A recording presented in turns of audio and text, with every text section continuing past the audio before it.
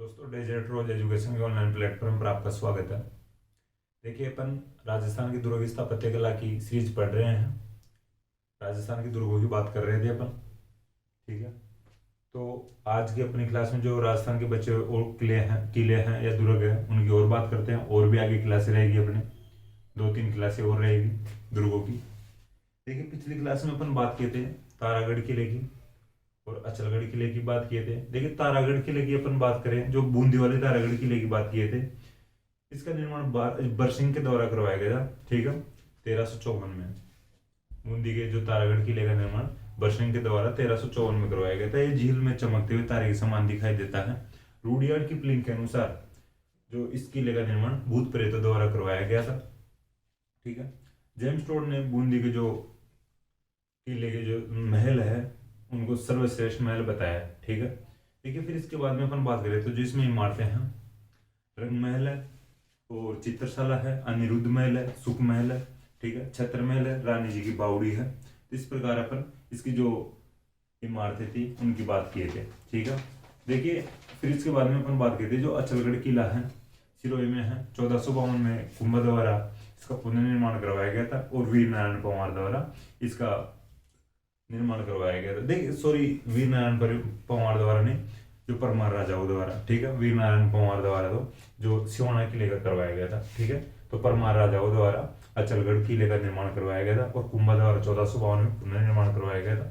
ठीक है। देखिए, जो सिरोही का जो यानी अचलगढ़ का किला है, सिरोही में स्थित है। और यहाँ की अपन जो इमारतों की बात किए थे, तो यहाँ पे जो स्पेशल जो फैक्ट थे या मुख्य फैक्ट थे उनमें अचलेश्वर महादेव मंदिर है। यहाँ पर जो शिव जी के अंगूठे की पूजा होती है इस मंदिर में। दूरसाडा की मूर्ति है। कुंभा उदा की जो सावन भादो के रूप में मूर्तियां स्थित है यहाँ पे। ठीक है। देखिए, ओखा रानी का महल है। ठीक। और एक जो अपन बात किए थे जो भंवरा तल नामक स्थान है। ठीक है। और जो कपूर सागर जलाशय भी है, अचलेश्वर मंदिर, महादेव मंदिर और जो ओखा रानी का महल, ये थोड़ा ध्यान रख लेना। और भंवरा तल नामक जो स्थान है थोड़ा इंपॉर्टेंट ध्यान रख लेना। ठीक है। फिर इसके बाद में अपन बात करते हैं सिवाना किले का। तो सिवाना किला जो बाड़मेर में स्थित है, वीर नारायण पंवार द्वारा इसका निर्माण करवाया गया था। ठीक है। देखिए, जालोर की चाबी कहलाता था सिवाना किला। ठीक है। यहाँ की 2 शाखे प्रसिद्ध रहे हैं सिवाना के। एक तो 1308 में, एक 1589 में। 1308 में सातल और सोम के द्वारा शाखा किया जाता है, केसरिया किया जाता है। और इस समय जो आक्रमणकारी था अलाउद्दीन खिलजी था। और जो इधर जो 1589 में दूसरा शाखा होता है, इसमें अकबर आक्रमणकारी था। ठीक है। और जो कल्लराय मलोद जो केसरिया करता है। ठीक है। इसके बाद में अपन बात करते हैं जो यहाँ के अन्य नाम थे या सिवाना किले के, कुम्मट दुर्ग या कुंभथाना दुर्ग। अन्य नाम थे, 2 नामों से जाना जाता था, कुम्मट दुर्ग या कुंभथाना दुर्ग। और यहाँ पे भांडलाव तालाब है। अब आज बात करते हैं बठनेर दुर्ग की, या आगे जो बचे हैं और दुर्ग, उन दुर्गों में से बात करते हैं।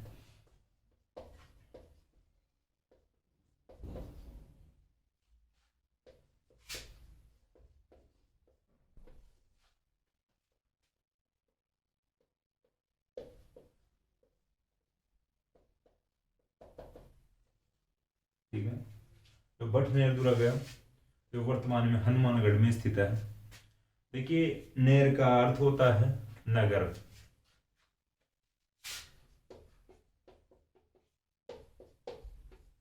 ठीक है। बीकानेर का अर्थ होता है नगर। जैसे पे देखिए, और भी कुछ शहरों के आगे, कुछ जो कस्बों के आगे नेर लगा हुआ है, या शहरों के आगे भी या जिलों के नाम के आगे भी नेर लगा हुआ है। जैसे बीकानेर है, बीका के द्वारा बसाया गया नगर बीकानेर। एक इधर अपने जयपुर में सांगानेर भी है, ये बटनेर हो गया। ठीक है। तो इस प्रकार से आप ध्यान रखना। देखिए, अब बटनेर की कुछ जो अलग फैक्ट है, दुर्ग के अलावा जो फैक्ट है मैं वो बता देता हूँ आपको। जो राजा सूरत सिंह था, बीकानेर का राजा सूरत सिंह, 1805 में यहाँ पर कब्जा कर लिया था या अधिकार कर लिया था बटनेर पर। ठीक है। 1805 पर, यानी सॉरी 1805 ईस्वी में बीकानेर का राजा सूरत सिंह यानी बटनेर पर अधिकार कर लेता है। देखिए, जो सूरत सिंह यहाँ पर अधिकार करता है बटनेर पर, तो उस दिन था मंगलवार। अब मंगलवार का दिन आपको सबको पता है, मंगलवार और शनिवार के दिन जो हनुमान जी के वार होते हैं, ठीक है, हनुमान जी को स्पेशली पूजते हैं मंगलवार और शनिवार के दिन।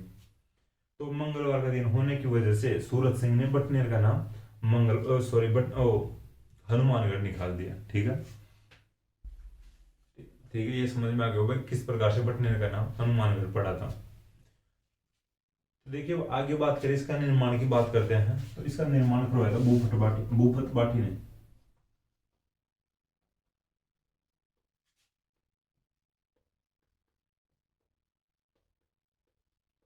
ये मैं आपको बता दिया हूँ भाई किस प्रकार बटनेर का नाम हनुमानगढ़ पड़ता है। देखिए जो बटनेर किला है जो उत्तर सीमा प्रहरी कहलाता है, ठीक है।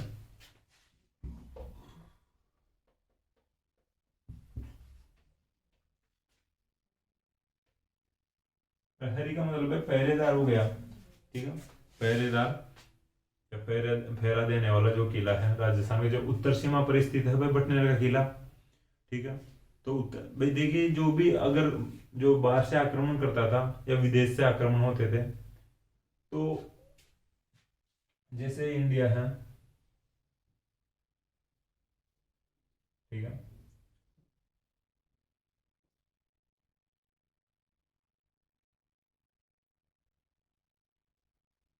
इस प्रकार से आप इंडिया मान लो। तो देखिए अब जैसे राजस्थान इधर बॉर्डर पर है, तो अगर जैसे कोई अफगानिस्तान पाकिस्तान इधर से आक्रमण करेगा, तो इधर से उत्तर राजस्थान के उत्तर में से एंट्री करेगा, ठीक है। तो उस समय जो बटनेर का किला सबसे उत्तर में स्थित था। तो इस प्रकार से उत्तर सीमा का प्रहरी है, ये उत्तर सीमा का प्रहरी कहलाता है, पहरा देने वाला किला। तो यानी बटनेर वाले जो भाटी थे तो वही संभाल लेते थे जो विदेशी आक्रमणकारियों को, ठीक है। देखिए इसके लिए कहा जाता है जो बटनेर वाले जो किले के लिए फिर राजस्थान में सर्वाधिक सर्वाधिक विदेशी आक्रमण झेलने वाला किला है ये।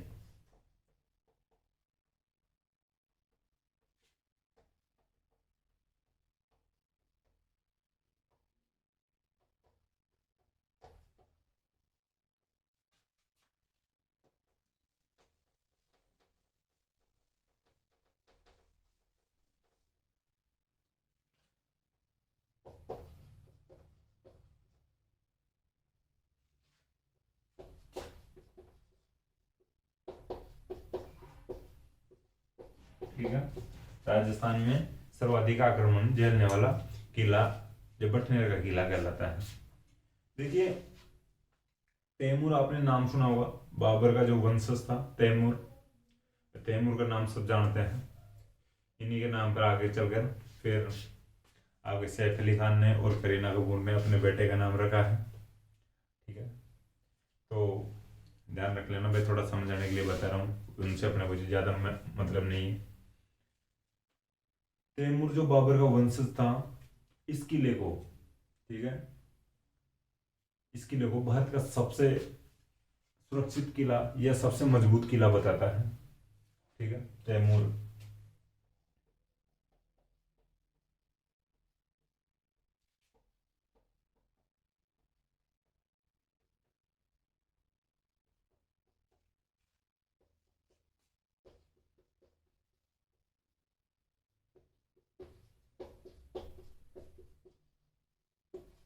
अब देखिए तैमूर यहाँ पर आक्रमण किया होगा इधर, और तैमूर को यहाँ पे जोर आया होगा लड़ाइयाँ जीतने में, या हार होगा सामना करना पड़ा होगा। तो इस प्रकार से तैमूर कहता है भाई, तैमूर के समय में तैमूर को लगता है कि भारत का सबसे सुरक्षित किला है जो कोई है बटनेर का किला है।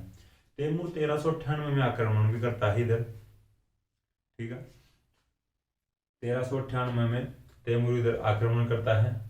यहाँ पर साका किया जाता है, ठीक है। तो भाई साके में जो जोहर किया गया था, जोहर में ये होता था कि भाई जो महिलाएं अग्नि में प्रवेश कर जाती थी, ठीक है। तो जब महिलाएं अग्नि में प्रवेश कर रही थी उस समय हिंदू महिलाओं के साथ मुस्लिम महिलाओं ने भी जोहर किया था।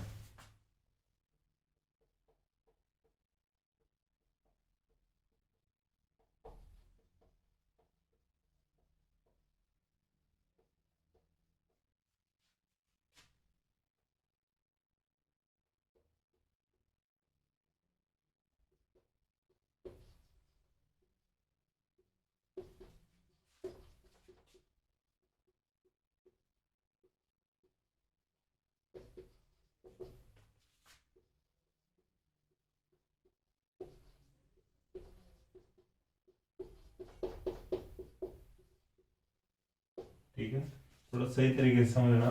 तैमूर जब 1398 में आक्रमण करता है, उस समय यहाँ पे जौहर हुआ था। तो जौहर में जो हिंदू महिलाएं जौहर की थी, हिंदू महिलाओं के साथ में मुस्लिम महिलाओं ने भी जौहर किया था। ठीक है, ये थोड़ा ध्यान रखना। कौन से किले में, राजस्थान के किस किले में हिंदू महिलाओं के साथ में मुस्लिम महिलाओं का जो जौहर करने का प्रमाण मिलते हैं। ठीक है, या सबूत मिलते हैं अपने को, या तथ्य मिलते हैं, या ठीक है, तो इस प्रकार से ध्यान रखना। अब आगे बात करें, देखिए थोड़ा एक ध्यान रख लेना, कामरान और गजनवी ये भी शासक हुए थे। ठीक है, विदेशी शासक थे, विदेशी आक्रमणकारी थे, कामरान और गजनवी। तो इन्होंने भी यहाँ पे आक्रमण किया था, कामरान और गजनवी ये विदेशी आक्रमणकारी थे। इन्होंने भी बठनेर किले पर आक्रमण किया था। देखिए बीकानेर का राय सिंह जो राजा था, ठीक है, राय सिंह बीकानेर है, बीकानेर का जो राजा था राय सिंह, उसके एक बेटा था दलपत सिंह। देखिए ये अपने पिता के खिलाफ विद्रोह कर देता है। ठीक है, दलपत सिंह राय सिंह के खिलाफ विद्रोह कर देता है, या दलपत सिंह अपने पिता राय सिंह के खिलाफ विद्रोह कर देता है। तो राय सिंह दलपत सिंह को नजरबंद यानी गिरफ्तार कर लेता है, और जो बटनेर के किले में नजरबंद कर देता है।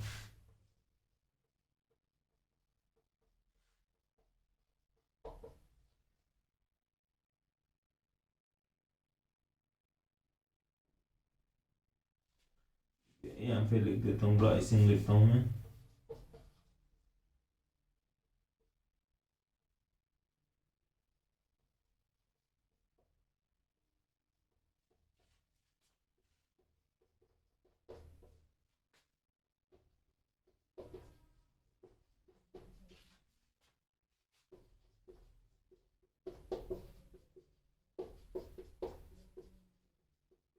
थोड़ा इसको समझने की कोशिश करना कि राय सिंह अपने बेटे या अपने विद्रोही पुत्र दलपत सिंह को बठनेर किले में नजरबंद या गिरफ्तार करके रखता है। ठीक है, तो थोड़ा ध्यान रखना। अब देखिए कि कुछ इमारतों की बात करते हैं। यहाँ पे एक शेर खान की कब्र है। ठीक है, शेर खान की कब्र है, तो ये थोड़ा ध्यान रखना। इधर लिखता हूँ। देखिए जो शेर खान है, जो शासक था बलबन, तो बलबन का भाई था।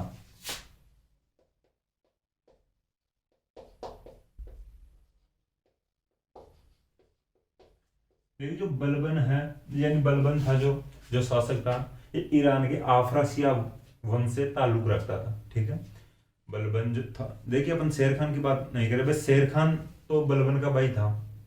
ठीक है, तो उसकी कब्र है बठनेर दुर्ग में। तो बलबन जो था, ये ईरान के आफरासिया वंश से ताल्लुक रखता था या संबंध रखता था। बलबन ने कुछ ईरानी जो परंपराओं को लागू किया था, जिसे नौरोजी प्रथा थी। ठीक है, नौरोजी या नवरोजी, सिजदा और पेयबोस। ठीक है, देखिए सिजदा और पेयबोस जो मध्यकालीन जो भारत के इतिहास में पढ़ सकते हो आप। ठीक है, मध्यकालीन शासक था जो बलबन। ठीक है, ईरान के जो आफरासिया वंश से संबंध रखता था। और सिजदा और पेयबोस, देखिए थोड़ा सा ये ध्यान रख लेना, बलबन द्वारा यानी सिजदा और पेयबोस किसके द्वारा शुरू किया गया था, ये फैक्ट आ सकते हैं मध्यकालीन जो इतिहास से, थोड़ा ध्यान रख लेना। इसलिए मैं बलबन का जो बात बता रहा हूँ, सिजदा और पेयबोस जो प्रथाएं किसके द्वारा लागू की गई थी। ठीक है, तो ये बलबन के द्वारा लागू की गई थी। तो ये शेर खान के कब्र है, जो बलबन का भाई था। बटनेर दुर्ग में शेर खान की कब्र। देखिए इसके बाद में अपन बात करें, जो बीकानेर के राय सिंह का जो बेटा था दलपत सिंह, तो दलपत सिंह यहाँ पे नजरबंद होके रहता है बटनेर किले में। तो देखिए दलपत सिंह के 6 रानियां भी थी। ठीक है, दलपत सिंह के 6 रानियां थी और दलपत सिंह खुद था। तो दलपत सिंह और दलपत सिंह की 6 रानियों के महल बने हुए हैं इस किले में।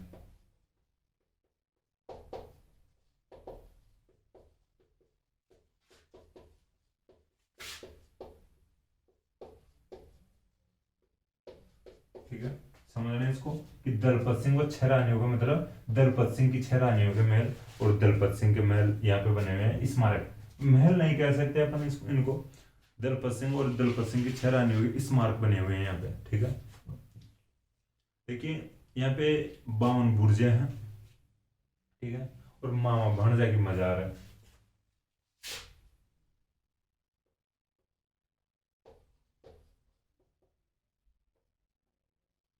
अब देखिए आप कमेंट बॉक्स में ऐड करना कि अपन ने एक और पढ़ी थी,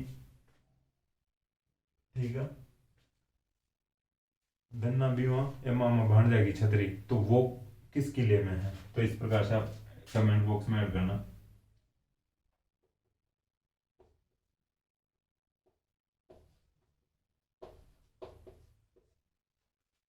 ठीक है, एक भद्रकाली माता मंदिर है, तो आप इसको भी लिख सकते हो, हालांकि ये जो किले के बाहर बना हुआ है भद्रकाली माता मंदिर, ठीक है। देखिए अपन यहाँ तक बात कर चुके हैं, तो ये बठनेर किला था, बठनेर दुर्ग था। इसके देखिए कुछ जो फैक्ट है वापस में रिविजन करवाता हूँ। भूपत वाटी द्वारा इसका निर्माण करवाया गया था, उत्तर सीमा का प्रहरी कहलाता था उस समय में। राजस्थान में सर्वाधिक विदेशी आक्रमण झेलने वाला किला है ये जो बठनेर दुर्ग। तैमूर के अनुसार भारत का सबसे सुरक्षित किला है। तैमूर के आक्रमण के समय जोहर होता है, हिंदू महिलाओं के साथ में मुस्लिम महिलाओं ने भी जोहर किया था इसमें। राय सिंह अपने 6 पुत्र यानी राय सिंह अपने पुत्र दलपत सिंह को नजरबंद करके रखता है। यहाँ की जो इमारतें हैं, शेर खान की कब्र है, दलपत सिंह इनकी 6 रानियों के स्मारक है, 52 बुर्जे हैं और मामा भाणजा की मजार है और एक भद्रकाली माता मंदिर है, ठीक है। इसके बाद में अपन भरतपुर किले की बात करते हैं। भरतपुर किले का जो निर्माण है, जो जाट राजा सूरजमल जी द्वारा करवाया गया था। सूरजमल जी को जाटों का प्लेटो या अफलातून भी कहा जाता है। अपन जब भरतपुर का इतिहास पढ़ रहे थे उस समय बात कर चुके हैं सूरजमल जी की। बहुत ही शक्तिशाली राजा हुए थे सूरजमल जी।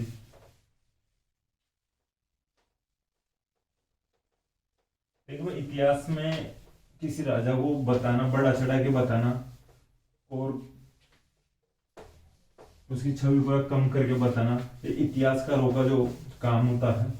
और फिर जैसे थोड़ी बहुत जो पॉलिटिकल मैटर भी होता है इनमें, किसी राजा को कितनी इंपॉर्टेंस देनी है या कितनी तवज्जो देनी है, किताबों में कितनी जगह देनी है, ठीक है।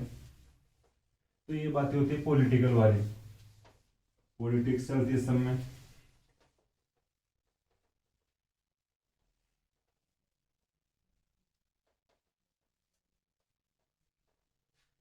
अब जैसे अपन कर बुराई तो नहीं कर रहे किसी की, अपना कोई इंटेंशन नहीं है कि जैसे जो मेवाड़ के जो राजा है उनकी बुराई करना, लेकिन जैसे सूरजमल जी हैं भरतपुर के, ये भी कम नहीं थे, लेकिन इनको थोड़ा कम तरीके से बताया जाता है ये थोड़ा। और जो जैसे मेवाड़ के जो राजा हैं उनको बड़ा चढ़ा के बताया जाता है। और भी हालांकि मेवाड़ का इतिहास वैसे गौरवशाली रहा है, अपना इंटेंशन नहीं है, देखिए मैं बार बार बोल रहा हूँ कि उनको टारगेट करने का या उनको कम मानने का, लेकिन सूरजमल जी बहुत ही अच्छे राजा हुए थे भरतपुर में, ठीक है। जाटों का अफलातून कहा गया उनको, प्लेटो कहा गया है, ठीक है। देखिए अपन बात कर रहे हैं भरतपुर का किला।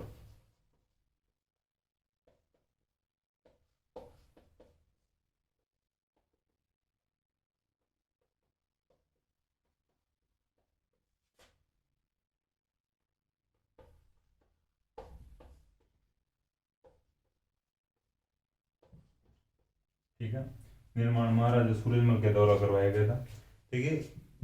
कुछ अन्य फैक्ट है या अदर फैक्ट है, उनकी बात बता देता हूँ मैं।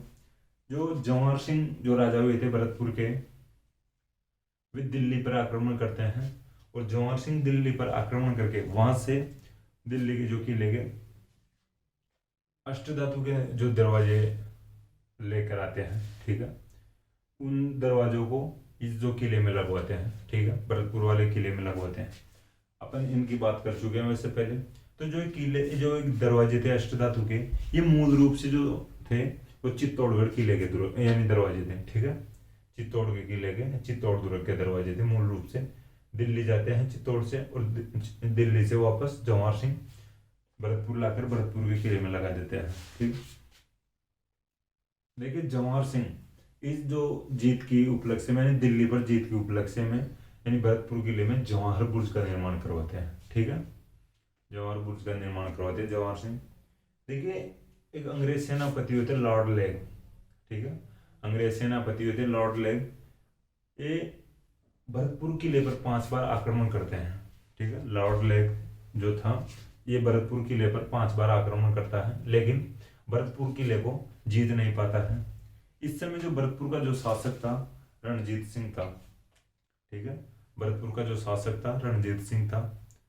तो 5 बार नहीं जीत पाने की जो खुशी में जो रणजीत सिंह ने यहाँ पर फतेह बुर्ज बनवाई थी। ठीक है, और इस वजह से जो भरतपुर किले को लोहागढ़ किला कहा जाता है, नहीं जीतने की वजह से 5 बार में भाई लॉर्ड लेग इस किले को नहीं जीत पाता है, तो इस वजह से भरतपुर किले को लोहागढ़ किला कहा गया था।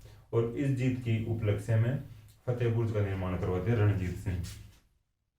देखिए, जो ये लॉर्ड लेग आक्रमण किया था भरतपुर पर 5 बार, वो जो मराठों का जो सेनापति था जसवंतराव होलकर, उसको शरण देने की वजह से किया था जो लॉर्ड लेग।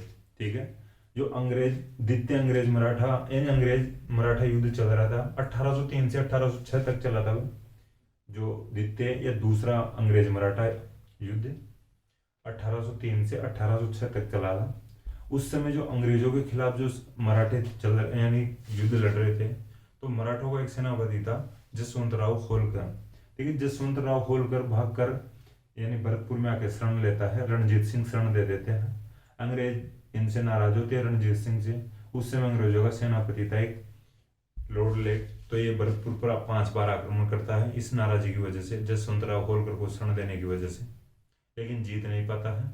इसकी उपलक्ष्य में यानी रणजीत सिंह फतेह बुर्ज का निर्माण करवाते हैं और भरतपुर किले को लोहागढ़ किला कहा गया था।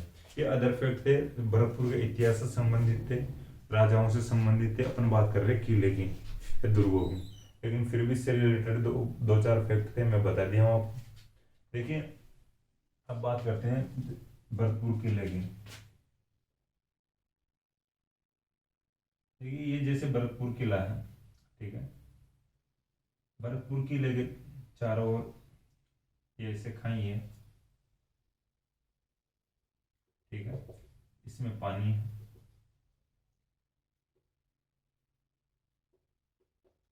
ठीक है,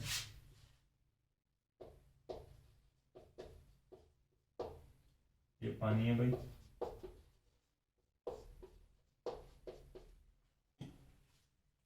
ठीक है, पानी या जल होने की वजह से जल दुर्ग का उदाहरण भी हो सकता है। भरतपुर का किला जल दुर्ग का उदाहरण मान सकते हैं अपन।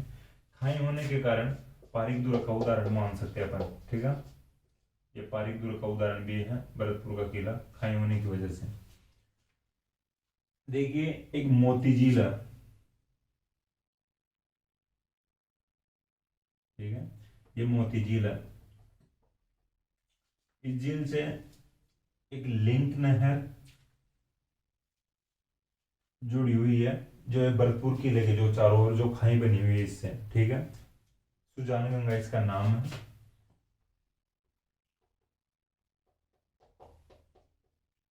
लिंक नहर भी कह सकते हैं। देखिए, राजस्थान ज्योग्राफी का मैटर है लिंक नहर समझने का, वैसे बता रहा हूँ। लिंक नहर या लिफ्ट नहर बोल सकते हैं अपन। सुजान गंगा इस नहर का नाम है। देखिए, जो ये मोती झील, इसका नाम लिख देता हूँ, मोती झील है। ठीक है, मोती झील को भरतपुर की जीवन रेखा भी कहते हैं।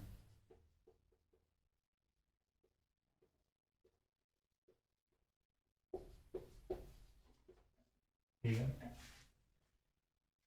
अब बात है मोती झील में पानी कहाँ से आता है। मुख्य रूप से मोती झील में 2 नदियां ही आ रही है। ठीक है, एक बाणगंगा नदी आ रही है। ठीक है, एक रूपारेल नदी आ रही है। ठीक है, देखिए, जो बाणगंगा नदी है जयपुर की बैराट की पहाड़ियों से इसका उद्गम होता है बाणगंगा नदी का। ये देखिए, राजस्थान ज्योग्राफी के फैक्ट, लेकिन फिर मैं बता रहा हूँ समझाने के लिए। बाणगंगा नदी का जो उद्गम होता है जयपुर से बैराट की पहाड़ियों से होता है, जिसे अर्जुन की गंगा भी कहा जाता है। और जो एक बाणगंगा नदी है, इस पर एक रामगढ़ बांध भी बना हुआ है। जमवा रामगढ़ बांध है, जमवा रामगढ़ में एक बांध बना हुआ है। ये थोड़ा ध्यान रख लेना भाई, ये फैक्ट थोड़े अदर फैक्ट है ना। तो ये बाणगंगा नदी मोती झील में आती है। और एक रूपारेल नदी है, ठीक है, उद्गम होता है अलवर की जो उदयनाथ की पहाड़ियों से उद्गम होता है इसका। रूपारेल नदी का उद्गम होता है अलवर में उदयनाथ की पहाड़ियों से। बाणगंगा उद्गम होता है जयपुर की बैराट की पहाड़ियों से, विराटनगर से होता है, ठीक है। ये दोनों नदियां मोती झील में आती है। मोती झील भरतपुर की जीवन रेखा कहलाती है भाई, जो वाटर सप्लाई की वजह से जीवन रेखा कहलाती है, ठीक है। मोती झील से सुजान गंगा एक लिंक नहर निकाली गई है। ये लिंक नहर है जो इस खाई में पानी पहुंचाती है, जो किले के चारों ओर जो खाई बनी हुई है। तो इसकी वजह से पानी या जल का उदाहरण भी हो सकता है, जल दुर्ग का उदाहरण भी हो सकता है, और खाई होने की वजह से पारिक दुर्ग का उदाहरण भी हो सकता है। थोड़ा सही तरीके से समझ में आया होगा आपको, मैंने कोशिश की है ढंग से समझाने की। देखिए अब बात करते हैं आगे। इसमें जो एक किला है भरतपुर का, इसमें इमारतें कौन कौन सी हैं। देखिए एक तो इसमें किशोरी महल है, ठीक है, जो राजा सूरजमल की एक रानी थी किशोरी देवी।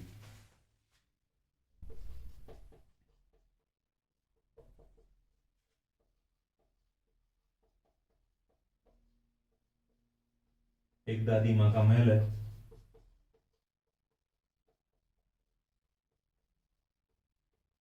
ठीक है।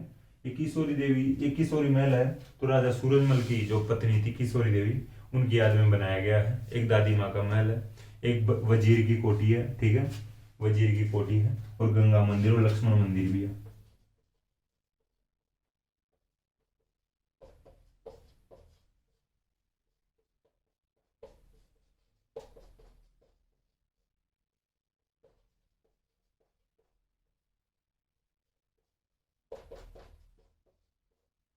किशोरी महल है, दादी माँ का महल है, वजीर की कोठी है, गंगा मंदिर है, लक्ष्मण मंदिर है, और एक जामा मस्जिद भी लिख लेना, ठीक है। एक जामा मस्जिद भी है, भरतपुर किले में स्थित है, ठीक है। तो ये भरतपुर का किला भी हो चुका है। तो अपन रिवीजन करें एक बार इसका। एक भरतपुर का किला निर्माण महाराजा सूरजमल के द्वारा करवाया गया था।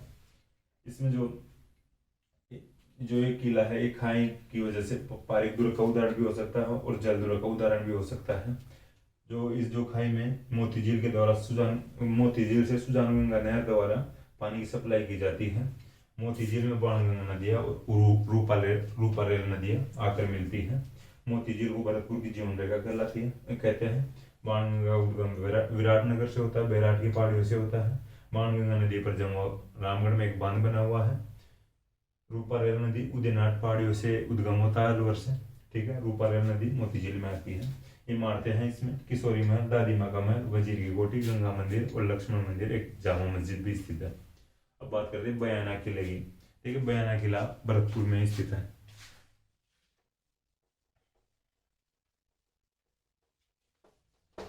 देखिए जो बयाना का किला है, इसके कुछ जो प्राचीन नाम थे, ठीक है, तो उसकी उनकी भी अपन बात करेंगे। बयाना के किले को बाणासुर दुर्ग के नाम से भी जाना जाता था, ठीक है।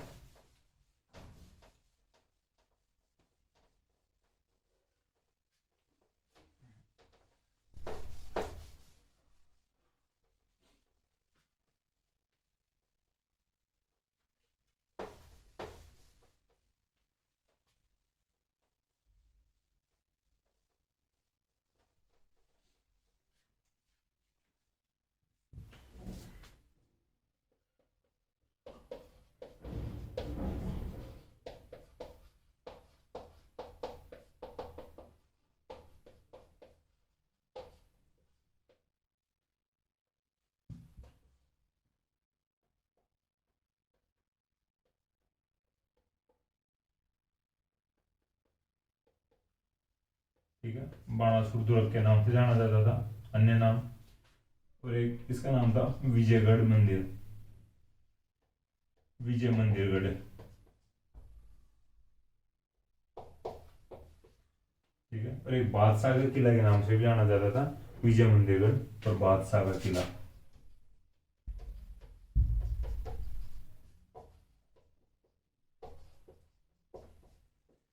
बाणासुर दुर्ग, विजय मंदिरगढ़ और बादशाह का किला।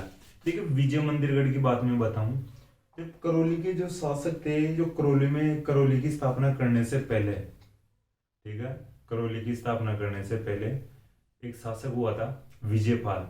तो विजयपाल अपनी जो प्रथम राजधानी बनाता है 1040 में, इसको बयाना वो, ठीक है।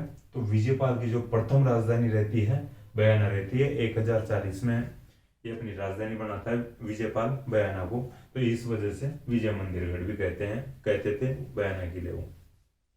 बादशाह का किला की बात करें अपन, तो देखिए बाबर ने इस किले पर कब्जा कर लिया था, ठीक है। तो बाबर के द्वारा बयाना के किले पर कब्जा करने की वजह से बादशाह का किला भी कहलाया था ये बादशाह का किला भी कहा जाता था बयाना का किला। देखिए बयाना की अगर बात करें कुछ अपन अलग से, और वैसे अपन राणा सांगा पढ़ रहे थे, उस समय पढ़ चुके थे। एक युद्ध हुआ था, परस युद्ध, बयाना का युद्ध, ठीक है। तो आप पिछले क्लासेज में नोट कर चुके होंगे वैसे। देखिए जो बयाना का जो युद्ध हुआ था 16 फरवरी 1527 को हुआ था बाबर और सांगा के बीच में, ठीक है। 16 फरवरी 1527 को। इसमें देखिए बाबर युद्ध को हारता है और सांगा जीतता है, ठीक है। तो ये और अपन पिछली क्लासेज में पढ़ चुके जब सांगा का इतिहास पढ़ रहे थे।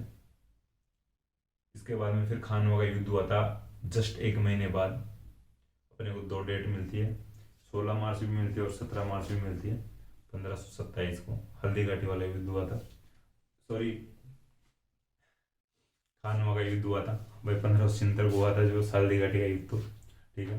तो खानवा का युद्ध होता है 16 या 17 मार्च 1527 को, ठीक है। तो ये जो बयाना का युद्ध हुआ था सांगा और बाबर के बीच में, तो सांगा इस युद्ध को जीतता है। जो खानवा वाले युद्ध में फिर सांगा हार जाता है। तो अपन ये थोड़ा भाई बात था जो मैं बता दिया, बात थी जो बता दिया। देखिए इसमें जो इस समय जो एक बयाना का किला था, जो जो मेहंदी ख्वाजा के पास था, ठीक है। बयाना का जो किला था इस समय, जो बयाना के युद्ध के समय, तो मेहंदी ख्वाजा के पास था, ठीक है। देखिए इसमें विजय स्तंभ बना हुआ है बयाना में। तो ये राजस्थान का प्रथम विजय स्तंभ था, यह प्रथम विजय स्तंभ है राजस्थान का। देखिए जो विजय स्तंभ है, जो राजस्थान का प्रथम विजय स्तंभ है जो बयाना में, ये समुद्रगुप्त के द्वारा बनवाया गया था, ठीक है। समुद्रगुप्त यहाँ पर आक्रमण करता है और आक्रमण करके वही कब्जा कर लेता है यहाँ पे, और एक स्तंभ बनाता है विजय के उपलक्ष्य में। तो इसका नाम दिया गया था विजय स्तंभ, ठीक है। तो समुद्रगुप्त द्वारा बनाया गया था, राजस्थान का प्रथम विजय स्तंभ था ये, ठीक है। देखिए इसके बाद में और बात करें अगर बयाना की अपन, तो एक रानी चित्रलेखा हुए थे, ठीक है, रानी चित्रलेखा। तो रानी चित्रलेखा ने यहाँ पे उषा मंदिर या उखा मंदिर का निर्माण करवाया था, ठीक है। उखा मंदिर या उषा मंदिर का निर्माण करवाया था रानी चित्रलेखा ने बयाना में। देखिए बयाना से अपने को गुप्त सिक्कों का भंडार भी मिलता है, ठीक है। गुप्त सिक्कों का सबसे बड़ा भंडार मिलता है अपने को कहीं से, तो बयाना से मिलता है राजस्थान में, ठीक है। गुप्त सिक्कों का सबसे बड़ा भंडार। देखिए और कोई फैक्ट अगर अपन जानने की कोशिश करें तो बयाना, ठीक है। तो मध्यकाल में बयाना जो नील की खेती के लिए प्रसिद्ध था, ठीक है। अब जो अदर फैक्ट है ये थोड़े आप लिख सकते हो, यानी गुप्त सिक्कों का सबसे बड़ा भंडार मिलता है बयाना से। राजस्थान यानी मध्यकाल में बयाना नील की खेती के लिए प्रसिद्ध था। रानी चित्रलेखा ने बयाना में उखा मंदिर या उषा मंदिर का निर्माण करवाया था, ठीक है। और समुद्रगुप्त ने, यानी ठीक है, समुद्रगुप्त ने राजस्थान का प्रथम विजय स्तंभ का निर्माण करवाया था बयाना में। अब बात करते हैं भाई देखो मीनारों की, सॉरी इमारतों की बात करते हैं अपन। एक तो देखिए यहाँ पे लोधी मीनार है, ठीक है। यहाँ पे एक तो लोधी मीनार है और एक दाऊद खान की मीनार है। अब नाम लिख लेना भाई, लोधी मीनार, दाऊद खान की मीनार, सादुल्ला सराय, अकबर की छतरी और जहांगीरी दरवाजा है, ठीक है। जहांगीरी दरवाजा और अकबर की छतरी है।